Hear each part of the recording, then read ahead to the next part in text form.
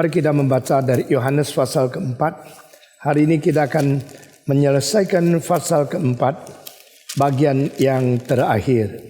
Sekarang kita membaca pasal 46 sampai 54. Mari kita bergiliran membaca bagian ini.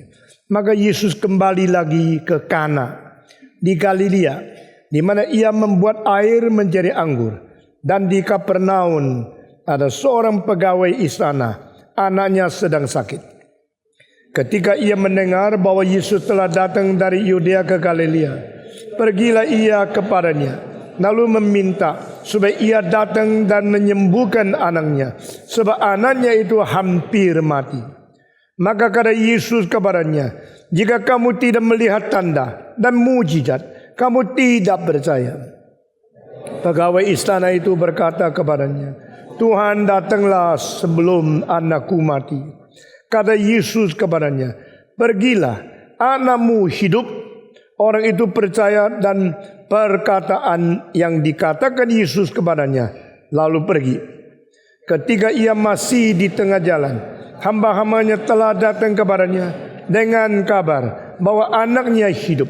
Ia bertanya kepada mereka, pukul berapa anak itu mulai sembuh? Jawab mereka, kemarin siang, pukul 1 demamnya hilang. Maka teringatlah ayah itu, bahwa pada saat itulah Yesus berkata kepada mereka, anakmu hidup.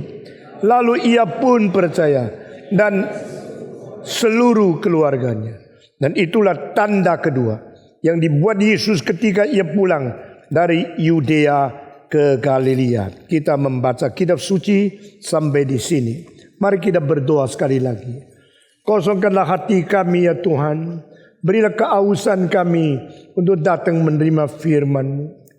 Barang siapa yang merindu, aus dan dahaga akan kebenaran, Engkau berjanji, Engkau akan memberi kepuasan kepada mereka. Berkatilah kami sehingga sikap kami yang datang kepada-Mu dengan aus, dengan rindu, dengan rasa dahaga dan lapar, diperkenan di mata-Mu. Dan Engkau memberikan firman untuk mengisi hidup kami sehingga tidak menjadi kosong. Dalam nama Yesus Kristus, penebus dan juru selamat kami yang hidup, kami sudah berdoa. Amin. Kita bicara tentang bagaimanakah mengatasi kesulitan tidak dihargai di kampung sendiri. Manusia selalu menilai orang lain dari lahiriah. Manusia selalu bersedia untuk menghina orang lain karena terlalu biasa. Manusia selalu menilai, melihat dan menghargai orang lain menurut ukuran dari pandangan luar. Ini bukankah orang Galilea? Ini bukankah dari kampung Nazaret? Bukankah adik-adiknya kita semua kenal? Bukankah ibunya nama Maria? Siapa dia? Saudara-saudara, seolah-olah dari kampung kecil tidak mungkin menghasilkan orang besar. Dari tempat-tempat yang sederhana tidak mungkin ada orang besar yang dipakai Tuhan. Coba engkau periksa, ada tidak orang dari Galilea menjadi nabi? Ada tidak Nazaret menghasilkan orang besar? Tidak pernah. Karena dulu tidak pernah, berarti sekarang juga tidak mungkin pernah. Karena dulu tidak pernah, berarti seterusnya sejarah tidak akan pernah. Nah, ini sikap yang sering terjadi. Dan mungkin kita menghadapi orang semacam demikian. Siapa sih yang tidak suka dihargai? Siapa sih yang tidak suka dihormati? Kalau orang menghina Indonesia, Stephen Tong akan bikin orang kagum Indonesia. Kalau orang menghina Indonesia, orang Kristen Reform akan merubah transformasi Indonesia menjadi negara yang harus dipandang tinggi. Kadang-kadang saya lihat cara Barat melihat Timur itu sangat sedih. Karena apa? Mereka tahunya cuma Barat, tidak tahunya Timur. Ya memang Timur tidak ada keselamatan. Timur tidak ada anugerah keselamatan atau wayum khusus. Tapi Timur mempunyai wayum umum yang jauh lebih limpah dari Barat. Tiongkok salah satu negara yang paling limpah menerima anugerah umum dari Tuhan, yang tidak boleh dihina. Pada waktu kita sudah beribu tahun berkebudayaan tinggi, Orang Inggris masih makan nasi pakai jari.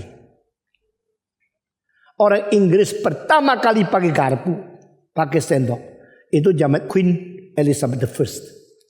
Diperkenalkan orang Prancis, ini loh, apa itu? Ini apa kok gini-gini? Ini untuk ambil daging. Masuk tusuk bisa. Pakai sendok ambil kuah. Saya kadang-kadang tidak mengerti ya, di kapal terbang di mana di restoran. Makanan Amerika cuma ada garpu, tidak ada sendok. Lalu mau ambil kuah gini. Itu kemudian banyak lemas sekali. Tapi orang Tionghoa dari dulu sudah mengetahui kalau sendok itu untuk ambil kuah, kalau sup itu untuk ambil barang. Nah, bisa menyempit membuktikan syarafmu masih baik. Tangan. Nah, saudara-saudara. Tetapi semua kemudian ada kelemahannya. Cuma biasanya kita menghina yang tidak sama. Saya tidak berani membiasakan diri menghina orang lain. Karena orang yang kita hina tetap ciptaan Tuhan Allah. Yang kita hina selalu mempunyai sesuatu yang kita tidak tahu. Jauh lebih berbijaksana daripada kita. Di Irian Jaya waktu saya pergi situ. Saya berkali dikagetkan ada perempuan yang seluruh badan dipakai dengan lempung. Sudah dia gosok badannya dengan lempung. Lalu matahari kalau sudah panas terik, lempungnya itu kering. Setelah lempungnya kering jadi kaku, kulitnya itu menjadi seperti mau pecah. Seluruh badan dari muka sampai kaki. Kecuali pakaian yang tutup, saya kira tidak bisa periksa dalamnya ada tidak lempungnya. Lalu saya tanya kenapa ini? Mereka mengatakan satu kalimat saya terharu sekali. Ini anak orang-orang perempuan ini, baik tua baik muda. Waktu pakai lempung menggosok seluruh badan yang tebal, berarti suaminya baru mati. Jadi cara untuk menyatakan sedih, pasangannya mati, mereka caranya pergi ke kali, ambil lempung, gosok seluruh badan dan tidak dibuang. Bagaimana panas lempung yang tebal nempel di tubuhnya. Lalu panas terik dari matahari bikin lempung itu sudah menjadi pecah. Pecah itu kulit-kulitnya ikut tertarik. Sakit sekali. Nah saya tanya kenapa sih? Mereka mengutarakan mereka kematian suami. Mereka mengutarakan mereka sedih. Mereka utamakan mereka sekarang lagi mengingat suami yang sudah meninggalkan dia. Dan dia adalah seorang janda. Menyatakan kepada seluruh kampung dia sedih. Lalu saya tanya sampai kapan? Ada yang 2 bulan. Kalau sudah rusak dia sekali lagi tempel lagi. Kenapa sih? Karena mereka itu setia sama suami. Nah saudara-saudara, memang orang-orang Irian ada yang istrinya banyak. Tapi hampir tidak ada yang melacur. Mereka membedakan. Boleh ada istri banyak. Tapi tidak boleh sembarangan. Dan perempuan semua setia sama suami. Mereka mempunyai kebudayaan lebih tinggi daripada yang disebut negara-negara yang berpendidikan yang paling canggih. Mereka menerima anugerah umum di dalam hati mereka. Cuma belum kenal bahwa Yesus juru selamat yang mati bagaimana. Itu saja. Kalau orang yang sudah mempunyai anugerah umum ditambah dengan pengertian, sadar anugerah khusus, menerima keselamatan, hidup mereka sudah sempurna, baik sekali. Saudara-saudara, perceraian di tempat-tempat suku-suku yang sangat primitif jauh lebih sedikit dibanding daripada perceraian yang terjadi di Florida dan di California. Karena apa? Manusia melecehkan firman Tuhan. Manusia melupakan firman Tuhan. Lalu mereka berani melampiaskan seks nafsu yang tidak terkendali dan tidak terkuasai. Beranikah kita menghina orang yang kurang pendidikan, orang kampung, orang desa?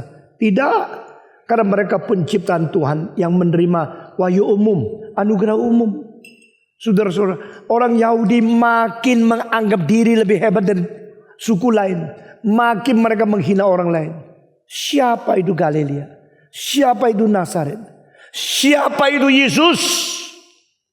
Tuhan Yesus, dia tidak berdebat, tidak membela diri, tidak banyak bicara.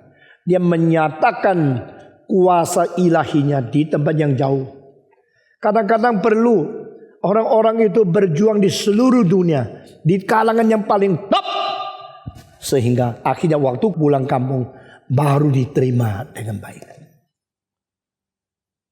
Saudara-saudara, saya sudah bicara sama kamu di sejarah Tionghoa, ada 2 orang akhirnya menjadi Perdana Menteri. Tapi pada waktu mereka masih muda di kampung sendiri, dihina. Dihinanya satu namanya Su Qin. Dia punya engso, tidak memasak bagi dia, supaya dia tidak makan. Karena saya menikah sama kakakmu, saya harus mencintai kakakmu karena suamiku. Tapi aku tidak melayani kamu. Kamu kenapa indekos di sini? Kenapa suruh kakak, suruh saya masak untuk kamu? Dia tidak mau masak untuk anak ini. Anak ini cucur air mata karena papa mamanya tidak bisa memelihara. Dia harus nebeng kepada kakak. Kakak dapat nyonya yang galak, yang pelit. Jadi dia dirugikan luar biasa. Dia telan air mata, diam-diam berjuang. Akhirnya satu hari dia sekolah sampai betul-betul dapat juara pertama di kampung. Lalu kirim ke Beijing, diuji. Di Beijing masih ada. 10 tahun yang lalu saya lihat tempat ujian 10.000 orang. Satu orang satu kota kecil. Kira-kira 1 meter atau lebih sedikit. Dengan panjangnya kira-kira 2 meter. Depannya satu tempat dibikin daripada bukan beton, itu zaman kuno. Pakai bata. Lalu ada digosokkan dengan baik untuk tulis. Lalu satu kursi di situ. Di belakang tertutup pintu. Di depan terbuka untuk guru periksa kalau dia nyontek atau tidak. Jadi 10.000 tempat itu untuk ujian. Semua dari kampung, dari desa, dari seluruh Tiongkok ke Beijing ujian untuk membuktikan yang kau sekolah di kampung itu bisa diuji, bisa lulus tidak. Nah, menurut filsafat daripada pendidikan Konghucu adalah satu kalimat yang penting, yaitu jiao wu lei. Di dalam pendidikan tidak boleh ada diskriminasi. Nah, kalimat ini telah menjadikan Tiongkok salah satu bangsa yang paling agung di dalam mendidik dan belajar. In education, there should not be any discrimination. Biar kaya atau miskin, orang tua atau anak kecil, kalau sudah menempuh buku-buku yang ditunjuk, lalu ikut belajar, tak boleh ditolak. Jadi semua orang satu kotak, waktu ujian dikasih dari depan, guru periksa juga dari depan, pintu ditutup, tak orang bisa membantu engkau. Engkau berjam-jam di situ sampai waktunya sudah sampai. Engkau serahkan kertas, engkau boleh pulang. Lalu itu diperiksa, yang dapat angka 95 ke atas ada kemungkinan merebut kedudukan menjadi orang yang di ibu kota. Yang 90 sampai 95 boleh di provinsi, boleh di ibu kota provinsi. Yang 85 sampai 80 di camat, yang 70 di kampung, yang 60 di pinggir sawah, begitu ya. Nah, dengan cara demikian menemukan orang-orang paling top pikirannya menjadi pemerintah. Itu namanya kejuzidu, the system of ujian nasional. Saudara-saudara. Dan pada waktu itu orang desa paling kecil pun tidak usah minder, karena dia diberikan kesempatan yang sama. Satu-satunya kesulitan yang memeriksa soal itu adil atau tidak. Kalau dia nepotisme, itu bahaya. Kalau dia mengetahui ini dari kampung terus dilecehkan, itu bahaya. Tapi itu pun tidak boleh tertulis dia dari kampung atau dia umur berapa dan sebagainya, sehingga menjaga keadaan yang tidak diskriminasi. Nah, saudara-saudara sekalian, maka Tiongkok di dalam sejarah terus menemukan orang-orang yang terpelajar yang betul-betul membuktikan kebolehan dia. Saudara, jangan minder karena engkau dari kampung kecil. Saudara, jangan takut karena keluargamu orang miskin. Kita harus belajar menjadi orang berconfident. I don't care if my father is poor or not. Where was our original place of my birth? I don't care about that. I care about my effort, my dedication in studying, in learning, and to prove I am good enough, I'm qualified to have some kind of position in the society. Yesus Kristus demikian. Nah, saya tadi bilang Zhang Qin, akhirnya dia terus menempuh ujian paling tinggi, akhirnya dipilih menjadi Perdana Menteri.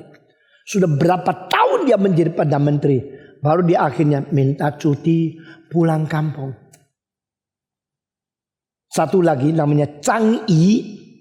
Chang Yi bukan tidak dikasih makan oleh engsonya. Dihina sekampung karena dia lebih kecil. Ada orang anak umur 2 kelihatan umur 5. Ada orang umur 5 kelihatan umur 2. Tergantung posturnya berapa besar tubuhnya. Nah ini kecil. Maka di seluruh kampung dihina. Itu orang yang gede, kuat, kasar dan tidak kebudayaan. Suruh dia berangkang melewati 2 kaki. Di dalam kebiasaan orang Tionghoa. Disuruh jalan berangkang lewat kedua kaki. Di bawah alat kencing. Itu penghinaan terbesar. Nah karena dia seorang kecil terus miskin terhina di kampungnya. Dia selalu berangkang di situ. Balik sini, berangkang di sini. Dia menelan penghinaan itu. Dan dia belajar akhirnya juga menjadi Perdana Menteri. Ini terkenal ya. Su Qin, Chang Yi.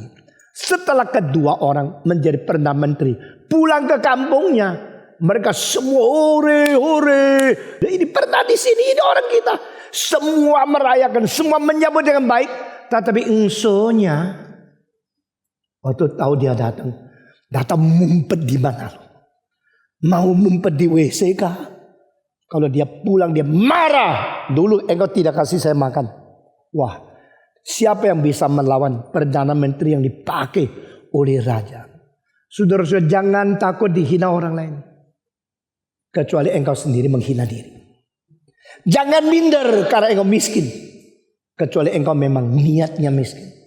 Mama saya berkata, jangan takut karena engkau miskin. Paling takut bukan kantong kosong. Paling takut kalau hatimu kosong. Paling takut kalau otakmu kosong. Saudara-saudara, sekarang saya sudah umur 70. Saya tidak ada minder anak muda itu takut dihina. Ada itu lagi, itu lewat lama. Sekarang saya ketemu orang Jerman. Saya bicara 2 menit. Langsung dia mulai menjadi rendah hati.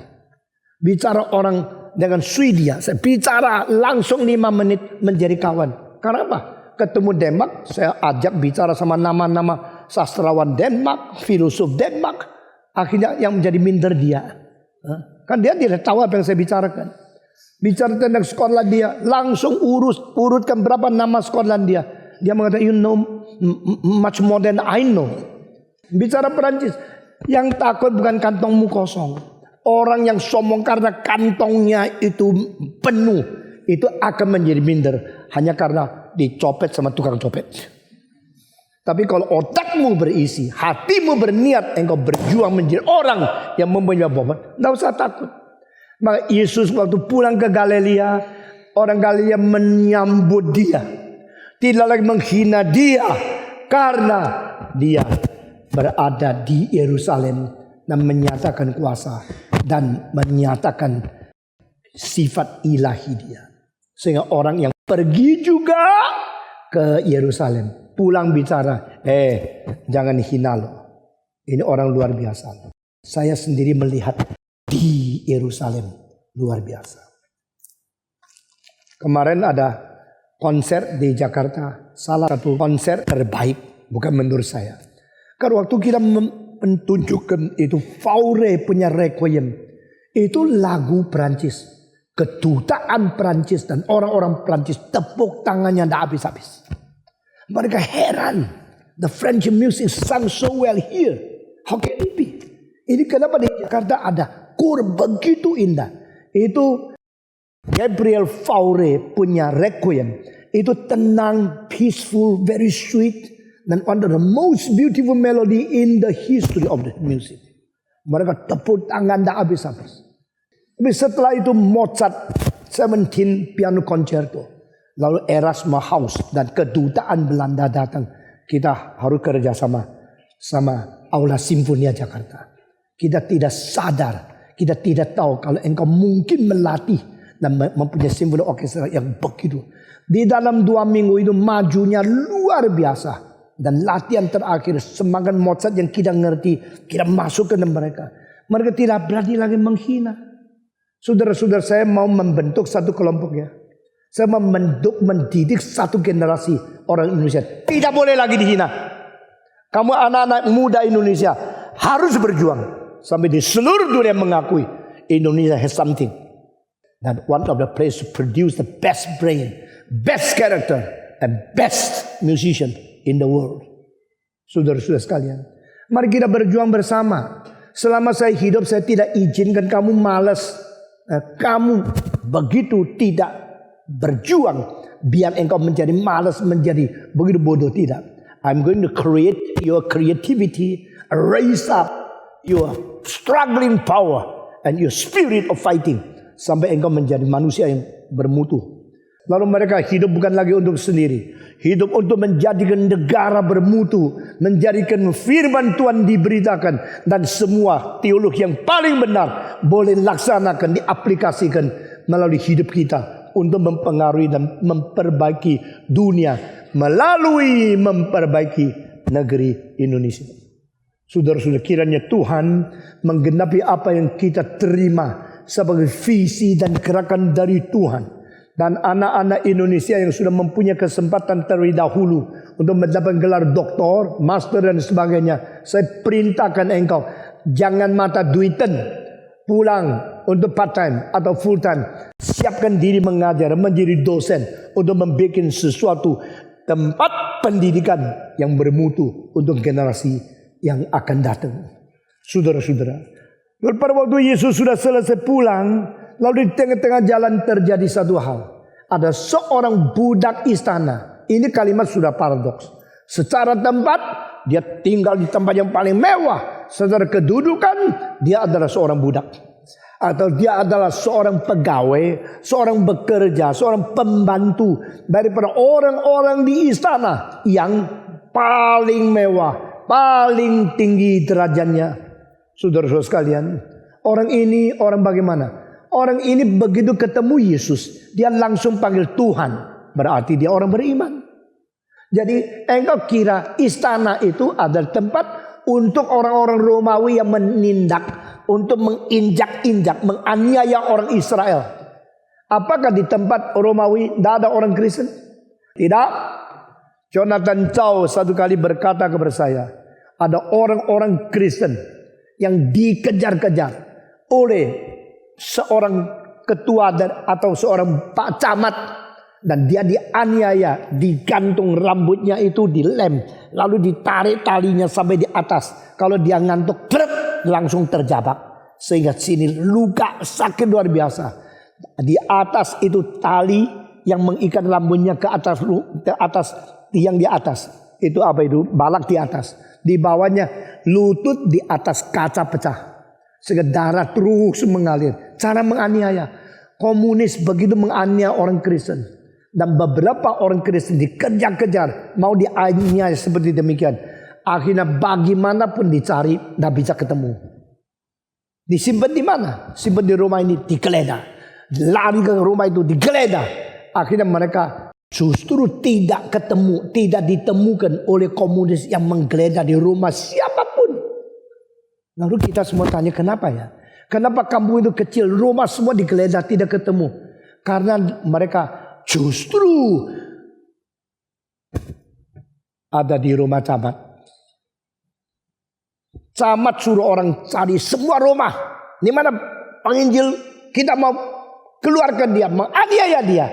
Maka akhirnya tempat yang paling aman itu rumahnya camat. Rumah camat itu menjadi tempat penyimpannya. Kok bisa? Karena nyonya camat itu diam-diam jadi Kristen. Camat yang galak sekali, komunisme, pakai orang Kristen, kita aniaya. Tapi nyonya camat itu diam-diam menjadi anggota persekutuan. Bilang, kalau di mana-mana ada aman, ke rumah saya. Saya simpan dia di sawah, diam satu ketung yang kecil di dalam sawah. Tidak mungkin ketemu. Camat pikir cari-cari. Pernahkah camat pikir cari di rumahku sendiri? Tidak. Camat tidak pernah pikir itu tempat dia menjadi pelindung orang Kristen. Karena apa? Di rumah camat yang paling galak ada orang Kristen. Ada orang yang mengerti. Demikian di dalam istana orang Romawi, istana orang pejabat yang melawan Tuhan, ada seorang hamba yang begitu kelihatan Yesus, dia panggilnya Tuhan. Siapa pernah memikirkan Paulus menjadi pahlawan terbesar setelah Kristus di dalam penginjilan? Bukan Petrus loh. Seluruh perjanjian baru yang paling bergairah, paling berusaha, yang paling capek bekerja untuk pengabaran Injil adalah Paulus. Dan dia adalah orang paling melawan Kristen, bunuh orang Kristen, penjarakan orang Kristen. Dapat surat yang sah dari Yerusalem untuk pergi menangkap pimpinan orang Kristen. Justru orang ini yang ditangkap oleh Tuhan. Jadi tidak usah takut. A Christian should not be fear, should not be afraid. Karena Tuhan bisa kerja hal-hal yang engkau tidak pernah pikirkan. Saudara-saudara, di istana dari Herodes ada orang Kristen. Di istana Galilea ada orang Kristen. Kenapa di Galilea ada istana? Itu ada summer palace. Itu adalah istana untuk bukan di dalam administrasi, tapi istana untuk peristirahatan. Setiap kota yang penting ada istana untuk mereka, presiden atau raja, untuk menghindarkan kepanasan. Kalau di Amerika namanya Camp of David. Kalau di Tiongkok namanya Bisu Sanjuang. Dekat Beijing tapi tempatnya namanya Chengde. Di tempat istana di luaran. Itu pada waktu panas raja pergi ke tempat yang ini. Galilea mempunyai pandangan yang bagus. Ada bukit, ada telaga atau danau. Maka di situ ada istana Summer Palace. Nah, orang-orang raja yang mempunyai tempat-tempat Summer Palace seperti Jakarta ada Bogor. Bogor juga ada istana, bukan? Istana itu bukan untuk administrasi kerja sibuk terus cap daripada semua surat, tidak. Itu tempatnya untuk gubernur Belanda. Di situ lihat kicang, lihat bunga teratai karena bunganya teratai, rajanya santai, itulah istana Summer Palace. Nah, tempat-tempat seperti begini ini ada pegawai-pegawai yang sudah dengar tentang Yesus, sudah rindu bertemu dengan Yesus. Dan orang yang merindu tentang Yesus, ingin mengetahui Yesus, tapi datang ke Yesus karena apa? Karena tidak perlu. Kapan orang perlu? Kalau sakit, apalagi kalau anak yang paling dicintai itu sakit. Maka orang itu mulai. Orang yang tidak pernah percaya dukun, anaknya sakit, dukun apapun didatangi. Orang yang tidak pernah ke gereja, anak yang paling disayang sakit, dia ketakutan mati. Ke gereja juga boleh, ke kelenteng boleh, ke itu wihara boleh, pergi ke gunung juga boleh, ke Sampokong pun boleh. Pokoknya sembuh. Nah, kesempatan seperti begini dipakai setan untuk membawa manusia menyeleweng dari Tuhan. Dan kesempatan ini juga dipakai Roh Kudus untuk membawa manusia kepada anugerah. Jadi seorang pembesar, seorang pegawai, seorang yang berada di istana, dia lari jauh karena dengar satu kalimat, Yesus datang di Galilea. Kenapa? Karena dia perlu. Dia perlu Yesus, dia cari Yesus. Dan dia tidak rasa perlu, dia tidak cari Yesus. Paling paradoksikal, paling mengherankan adalah Tuhan tidak pernah cari. Tuhan tidak pernah perlu kita. Tapi dia datang untuk mencari dan menyelamatkan yang sesat. Anak manusia datang mencari dan menyelamatkan yang sesat. Ini di Lukas dikatakan seperti ini. Yesus berkata kepada Sakius, anak manusia datang mencari dan menyelamatkan yang sesat. Apa perlunya? Yesus tidak perlu kan? Yesus cari kita sama sekali tidak ada hubungan kalau Yesus perlu kita. Tetapi kita perlu Yesus. Banyak kali kita tetap tidak cari dia. Tapi orang ini cari. Dia mengetahui Yesus menyembuhkan. Dia mendengar Yesus mencintai manusia. Dia sekarang anaknya sakit. Dia rasa dia perlu Yesus. Maka dia datang cari Yesus. Cari kemana? Cari paling sedikit jalan 12 jam. Dari mana tahu? Waktu dia pulang, pembantunya datang mengatakan, anak sudah sembuh. Kapan sembuh? Kapan mulai sembuh? Dia mengecek. Saudara-saudara, mulai sembuh selalu tidak disadari oleh orang sakit. Saudara kalau jam 2 masih baik, jam 3 masih baik, jam 4 mulai sakit. Engkau ingat mulai jam 4 saya sakit. Tapi kalau mulai jam 7 mulai tidak sakit. Engkau tidak sadar mulai kapan sembuh. Tidak percaya coba pikirkan. Kamu kalau sakit kapan? Kalau sembuh kapan? Selalu kapan mulai sembuh, tidak ada orang sadar. Karena sembuh itu seharusnya mesti begini. Tapi sakit itu tidak seharusnya. Maka peka kalau abnormal tidak datang, tiba. Tapi kalau normalisasi sedang berproses, engkau tidak sadar. Ini kerusakan manusia. Tapi orang ini pintar. Kapan sembuh? Kemarin dia sembuh. Jam berapa? Lalu waktu dia jawab, itulah kemarin. Berarti dia ketemu Yesus. Dia mengatakan, Tuhan, anakku mau mati. Tolong sembuhkan dia. Tuhan mengatakan, oke, sekarang lagi tidak ada acara. Memang masih ada ing tahu lo 2 hari. Oke, saya pergi sama kamu yuk. Dan Yesus ikut dia jalan 12 jam. Yesus tidak menerima semua undangan. Kalau pendeta apa undang pun semua diterima. Itu tidak mirip Yesus. Karena saya juga banyak undangan tidak terima. Maka saya lebih mirip Yesus begitu. Ayo Yesus ke rumahku, anakku sudah mau mati. Yesus bilang, kamu ya, kalau tidak melihat mujizat tidak percaya. Teguran no. Orang datang kepada Yesus kok ditegur sih. Apakah Yesus itu begitu senang kalau orang datang? Asal siapa mau jadi Kristen, aduh dia begitu senang. Karena memang surga sepi, perlu ada orang yang menemani dia. Kalau ada orang mau Yesus harus saya, oh ya saya senang. Nah. Orang datang ke Yesus, Yesus tegur. Nikodemus datang ke Yesus, Yesus mengatakan, kecuali engkau diperanakan pula, engkau tidak masuk kerajaan Allah. Ini orang penting loh, orang dari istana loh. Justru pemimpin agama yang paling besar datang ditegur. Seorang yang berada dari istana ditegur. Kenapa Yesus dia, ini kesempatannya. Saya boleh menyenangkan orang istana. Lalu kalau saya menyenangkan orang istana, besok orang istana telah mendapat berkat yang saya berikan, mereka akan kasih izin gereja lebih gampang. Kan begitu? Ya toh? Kenapa? Kalau kita bisa mendapatkan pimpinan khususnya masyarakat, pimpinan agama lain, kita hubungan baik, besok kan untung kita mau minta izin juga gampang. Apapun juga gampang. Itu namanya sosialisasi. Sosialisasi itu sudah menjadi jembatan untuk memudahkan kita, begitu kan? Yesus tak ngerti sosialisasi. Orang istana datang melaporkan anaknya sakit. Ini kesempatan baik untuk membuat sembuh. Lalu istana, ketegangan antara politik sama agama bisa direkonsiliasikan. Ketegangan-ketegangan yang bikin susah kita boleh diselesaikan. Tapi Yesus mengatakan tidak. Kau kalau tidak melihat mujizat, kamu tidak beriman. Yesus tegur kepada dia. Tapi orang itu tidak marah. Orang yang ditegur langsung marah. Berarti orang itu tidak pernah bersiap mau berubah. Orang kalau dikoreksi tidak mau terima, malah hantam kembali. Berarti orang itu tidak belajar kebenaran. Gampang sekali menguji orang itu rendah hati atau tidak. Waktu dia ditegur, dia sikap reaksinya bagaimana? Saudara-saudara, engkau yang tidak bersedia, tidak pernah ingin maju kerohanian. Engkau hanya tunggu dipuji. Sudah malas mau dipuji.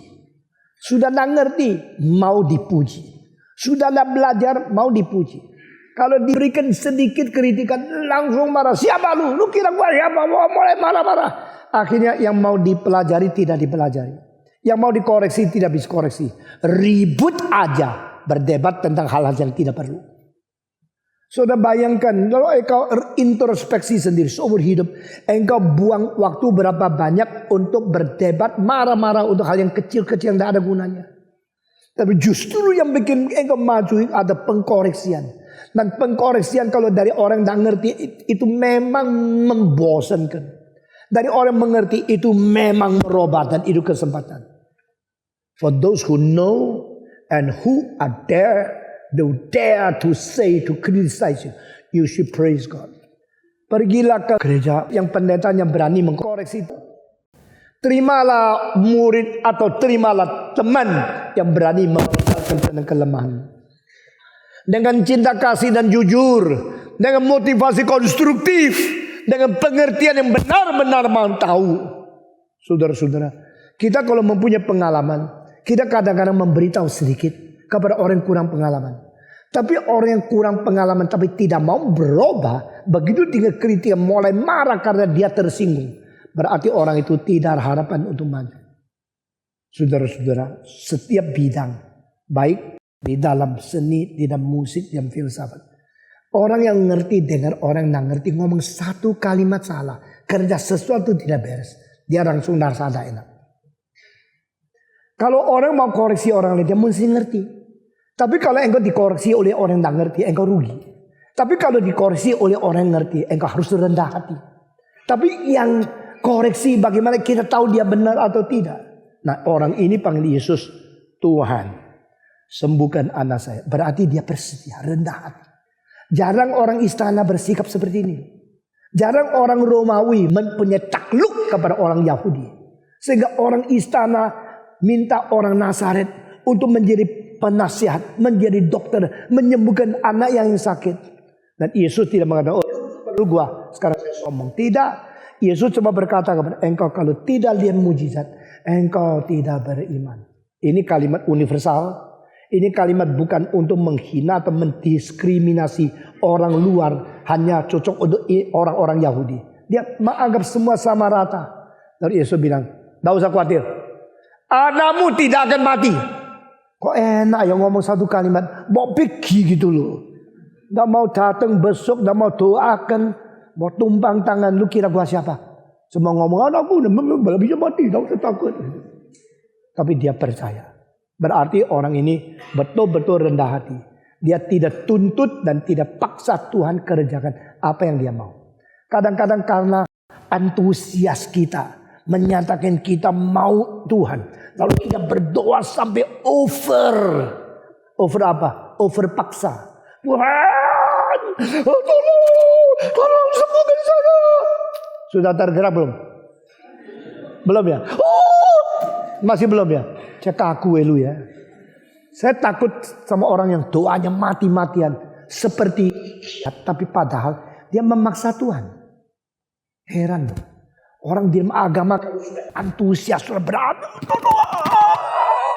Waduh. Gereja MRI. Oh Tuhan. Mau nggak mau ya sudah. Saya dinginnya ya. Ini orang reform itu aduh kayak es dinginnya. Coba pergi gereja yang fanatik, yang kok betul. Saya kasihan sama kursi. Jadi kursi dia itu disiksa kayak gini. Meja dipukul gitu. Meja itu jangan gitu ya, saya enggak sakit, enggak usah dipijat gitu. Kursinya dipukul, meja dipecah-pecahin. Lalu Tuhan dengar doa karena dia ngotot. Tuhan dengar doamu. Bukan karena lu ngotot. Ngotot itu ngeluarkan otot, namanya ngotot. Kalau keluarkan otot itu namanya ngotot. Emang kan dia ngotot. Sama Tuhan juga ngotot. Tuhan, pokoknya engkau maha kuasa. Kan. Mau apa lu kan lu. Kan lu maha kuasa. Kalau maha kuasa, pamerkan. Karena aku percaya engkau maha kuasa. Makanya harus menyembuhkan orang sakit di rumahku. Itu kurang ajar. Itu bukan doa. Itu memaksa Tuhan seolah-olah dia itu jongosmu. Itu memerintah Tuhan. Karena dianggap seperti pembantumu. Hanya karena engkau berani mengatakan, saya percaya Tuhan Maha Kuasa. Engkau percaya Tuhan Maha Kuasa dengan cara begini. Itu tidak ada hubungan dengan kepercayaan sesungguhnya. Engkau hanya mau memakai ide kalau Tuhan Maha Kuasa dan saya percaya Dia Maha Kuasa, maka Dia harus takluk di bawah perintahku kerjakan sesuatu yang saya mau. Tuhan, saya sudah beli lotre. Engkau Maha Kuasa, tolong jadikan saya juara 1. Tuhan, saya tidak bisa belajar karena capek kemarin pacaran terlalu lama. Sekarang engkau mengetahui kelemahanku, kurang semangat. Bikin saya besok lulus, tak usah belajar. Kurang ajar kamu. Kamu memerintah Tuhan seperti jongosmu. Engkau memperalat Tuhan seperti babumu. Engkau kelihatan imannya benar. Kalimat-kalimat Tuhan Maha Kuasa. Tuhan penuh anugerah. Kan. Tuhan kamu kan pinter kan. Lu kira Tuhan kayak anak kecil. Lu bisa makan tak? Tak mau makan ya? Tak. Lu tak bisa makan lu. Lu tak mungkin bisa ambil sendok. Tak bisa makan. Kalau bisa kan? Coba. Anak itu. Karena takut dikatakan tidak bisa makan. Malah dia bilang, nah pintar. Lu kira Tuhan juga gini? Tuhan kan, ayo sembuhkan lu tidak bisa ya? Tuhan ketakutan lu udah percaya, langsung sembuhkan. Kedengar lu. Saudara-saudara, Tuhan itu maha kuasa di dalam berdaulat untuk menentukan mati hidupmu. Kau berdoa kira kau begitu antusias, begitu berkobar-kobar. Lalu Tuhan harus taat dan takluk kepadamu. Tuhan Yesus mengatakan, pulanglah. Anakmu tidak akan mati. Satu kalimat cukup. Orang ini beriman dan dia pulang. Dia tidak minta lagi. Jangan memaksa Tuhan. Jangan menyatakan engkau seperti luar biasa cinta Tuhan. Memaksa Tuhan karena engkau percaya dia maha kuasa. Ada seorang mengatakan kepada saya, Tuhan kau tak dengar doaku. Padahal saya bulan lalu sudah kasih 10 juta lu. Lu beli karcis Lu kira Tuhan itu miskinnya kalau sudah ketemu 10 juta mata itu terus lepas. Terus ketemu 10 juta. Uang itu bikin dia mesti layani kamu. Saudara, kita terlalu dangkal. Konsep ketuhanan kita tidak beres. Dan itu mengakibatkan kita ngotot. Ngotot tidak membuktikan engkau ngerti kebenaran. Ngotot cuma membuktikan engkau memaksa. Pada waktu nabi-nabi ngotot. Nabi-nabi daripada Baal minta turun api. Sampai mereka itu menikam diri dengan batu yang tajam. Dengan pisau. Baal, jatuhkanlah api. Elias lihat. Mau gendeng. Menggila itu. Sudah? Jam 6 ya? Deadline. Batas waktu jam 6. Kalau Tuhanmu tidak kasih api, you punya kesempatan selesai. Dilihat Rolexnya. Sisa 2 menit. Lebih ngotot. Dia pakai Rolex. Mungkin si Elias pakai Timex. Dia, oh masih ada 1 menit. Biarin aja. Sudah jam 6. Tong.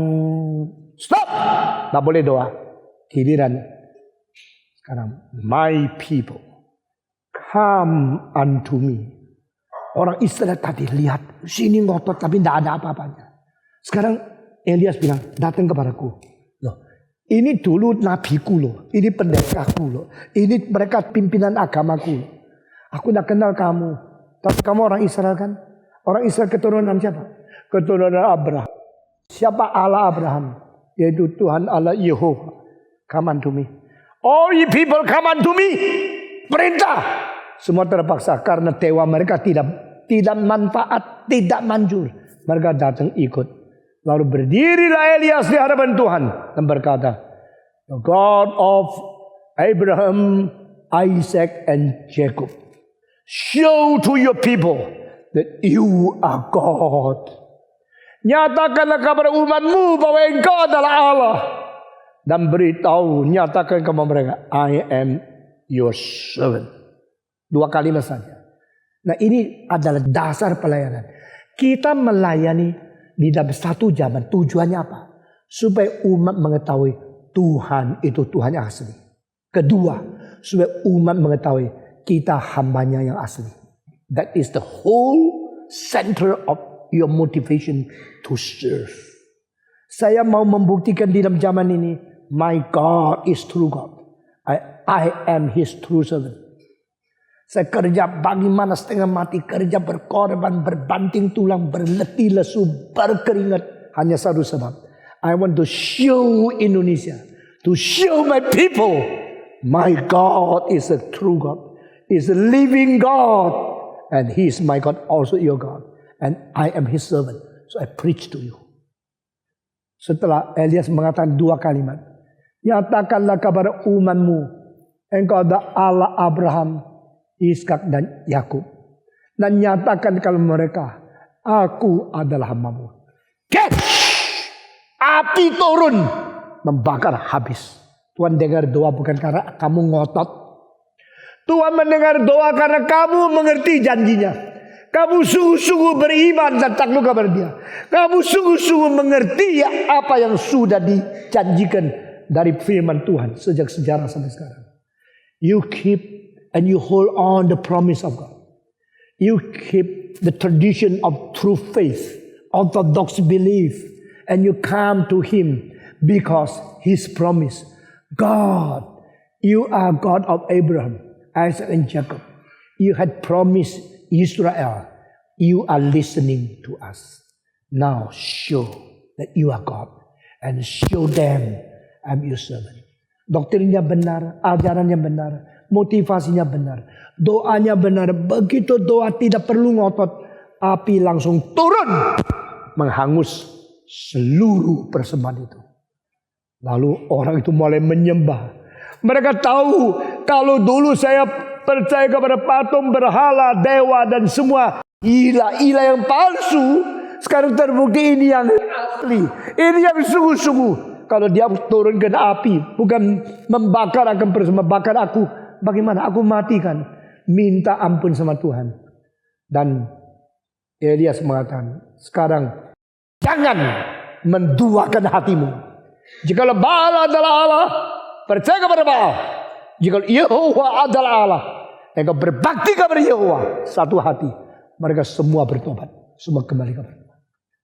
Saudara-saudara sekalian, Tuhan yang sejati tidak perlu agama yang ngotot untuk membuktikan seperti kita hebat. Tuhan yang sejati mau engkau kenal Dia dengan sungguh-sungguh dan mematuhi dengan kepercayaan kepada kebenaran yang sungguh-sungguh. Yesus bilang, "Kom, aku tidak pergi dengan kamu, tapi anakmu tidak sampai mati." Dia beriman, dia pergi. Sebelum kalimat itu teguran, kalau tidak ada mujizat engkau tidak percaya kan? Wah, bikin dia malu. Dan ini orang dari istana yang dipercaya oleh kaisar punya orang, yaitu Herodes. Nah, ini ada tempat-tempat orang Romawi, tapi di situ ada orang yang beriman kepada Tuhan. Dia pergi jalan, sudah jalan, besok masih belum sampai rumah. Memang waktu itu orang jalan kaki dari Yerusalem sampai Galilea paling sedikit 2-3 hari. Dari tempat Samaria menuju ke Galilea, maka Yesus keluar dari Syika menuju ke Galilea, masuk ke Galilea, ketemu orang ini. Jadi dari tempat ketemu dengan Yesus pulang sampai ke Kapernaum itu perlu mungkin belasan jam. Dia jalan-jalan sudah jalan lama baru ketemu batunya. Bilang, "Bapak, tidak usah cari Yesus lagi. Anakmu sudah sembuh." Nah, orang itu selalu pikirnya, tidak usah, Yesus bisa sembuh sendiri kok. Maka tidak usah cari lagi, karena sudah sembuh. Lalu ditanya, "Kapan sembuhnya?" "Kemarin sore." Kemarin berarti sudah lewat 1 hari. Ya, hitung. Oh, kemarin jam ini. Itulah waktu Yesus mengatakan, anakmu sembuh. Our God is God of time, God of space, and God who created space and time. God transcends space and God transcends time. Allah yang menciptakan tempat melampaui tempat. Allah yang menciptakan waktu transcends waktu. Dia tidak perlu harus ke tempat tidurmu tumpang tangan engkau baru bisa sembuh. Kalau demikian seluruh dunia orang sakit mesti Yesus datang tumpang tangan. Yesus 1 hari naik Boeing 747 3.000 kali belum selesai. Tetapi Allah yang melampaui tempat berkata, di mana engkau berbakti dan berdoa demi namaku, aku ada di situ. Ini kalimat transcends tempat. Di mana saja, waktu kapan saja, engkau menyembah aku demi namaku, aku menyertai engkau. Ini melampaui waktu. Aku akan menyertai engkau sampai ke sudahan alam. Tidak ada orang berani mengatakan kalimat seperti ini. Karena mereka orang yang terbatas di tempat dan ruang.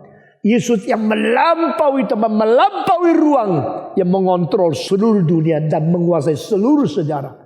Yesus berkata, engkau anaknya tidak sampai mati. Ini sifat ilahi yang menonjolkan di dalam Yohanes. Ada tujuan supaya manusia mengetahui dia anak Allah. Dia sembuh. Lalu dia mulai percaya kepada Yesus. Loh, tadinya panggil Yesus Tuhan itu percaya enggak? Lalu Yesus mengatakan tanpa mujizat engkau tidak percaya. Itu percaya enggak? Setelah Yesus bilang pulanglah. Engkau enggak usah takut, anakmu dah jadi mati. Lalu dia pulang, itu percaya enggak? Kalau sekarang setelah dia lihat betul ya. anakku udah mati. Dan jam Yesus kata kalimat itu. Dia sekarang percaya. Itu percaya enggak? Kalau begini dia datang ke Yesus, jalan kaki 1 hari lebih baru ketemu. Itu percaya. Kalau dia mengatakan Yesus, engkau adalah Tuhan. Itu percaya. Lalu Yesus mengatakan kalau engkau tidak melihat mujizat, engkau tidak percaya. Itu percaya kurang. Lalu Yesus mengatakan pergi, tidak usah takut karena anakmu tidak usah mati. Itu percaya baru pulang. Lalu sudah lihat anaknya sembuh, lebih percaya. Jadi percaya itu berapa lapisan. Di dalam peristiwa orang ini cari Yesus sampai pulang membuktikan anaknya sembuh. Lalu dia beriman kepada Yesus. Percaya berapa lapisan. Saya tidak heran ya. Setiap kali kalau saya sudah habis KKR, siapa percaya Yesus angkat tangan. Pasti ada semacam orang langganan. Setiap kali angkat tangan. Minggu depan saya khotbah lagi, yang percaya Yesus angkat tangan lagi. Di Surabaya ada 1 orang. Setiap kali saya ke Surabaya dia pasti angkat tangan. Sudah 25 tahun. Dulu dia waktu angkat tangan melewati rambut yang hitam. Sekarang begitu angkat melewati rambut yang putih. Sudah umur 60. Jadi waktu umur 30 dengar khotbah saya angkat tangan sampai sekarang masih angkat. Itu namanya langganan. Abonemen. Ya. Dia pasti. Tapi kalau ada orang gini ya, itu pimpinan KKR selalu gagal. Kan tidak ada orang yang angkat tangan kok. Ada 1, 2 ini, waduh terhibur. Toh ada orang diselamatkan. Lalu menghibur dengan ayat. Dimana ada 1 orang bertobat. Di malaikat itu ribu-ribu bersuka cita. Coba waktu dilihat lagi. Ini lagi. Tahun depan ini lagi. Berapa puluh tahun terus orang itu angkat tangan. Ya maklumlah. Karena iman itu lapisan-lapisan. Ini orang perlu 4 lapisan. Lapisan pertama, percaya Yesus maka datang. Lapisan kedua, panggil dia Tuhan. Lapisan ketiga, ditegur, dia terima. Tidak membela diri. Lalu pada waktu bilang, tidak usah, saya tidak usah pergi. Engkau pulang. Dia beriman lagi. Sampai pulang, anaknya sembuh. Kapan itu? Kemarin. Jam berapa? Jamnya Yesus bisa. Dia lebih percaya lagi. Dia lapisan. Jadi orang langganan 30 kali mungkin imannya 30 lapisan. Saya tidak tahu. Saya tanya, imanmu berapa lapisan? Engkau benar-benar sudah percaya kepada Tuhan? Sudah percaya ke Tuhan masih perlu firman? Sudah ke firman lebih tebal imanmu? Lebih sungguh imanmu? Atau engkau terus berada di dalam ya percaya Yesus Tuhan. Tapi selalu ragu-ragu Tuhan ini kok gini, kok gitu, kok gini, kok gitu. Saya tidak tahu ya. Mari kita dengar firman dan mengerti arti sesungguhnya. Dan iman kita terus dikuatkan, dimajukan, disempurnakan. Ini adalah mujizat kedua yang dilakukan Yesus di Galilea. Dan berhentilah pasal keempat. Kita mulai pasal kelima. Saya kasih 1 kalimat yang penting dulu. Pasal 5 menentukan nasib Yesus harus mati. Pasal 5 Yesus lakukan mujizat. Tapi itu satu mujizat yang mendatangkan musibah untuk Yesus sendiri. Dan Yesus harus melakukan mujizat yang mendatangkan musibah. Kenapa? Pasal 5 kita akan menyelidiki dengan sangat-sangat teliti. Mari kita berdoa. Bapa di dalam surga, kami berterima kasih. Karena Engkau demikian mengasihi kami. Demikian menguraikan dirimu. Mengwahyukan dirimu. Melalui kitab suci. Untuk memberi pencerahan kepada hati kami. Engkau adalah Tuhan yang begitu ajaib.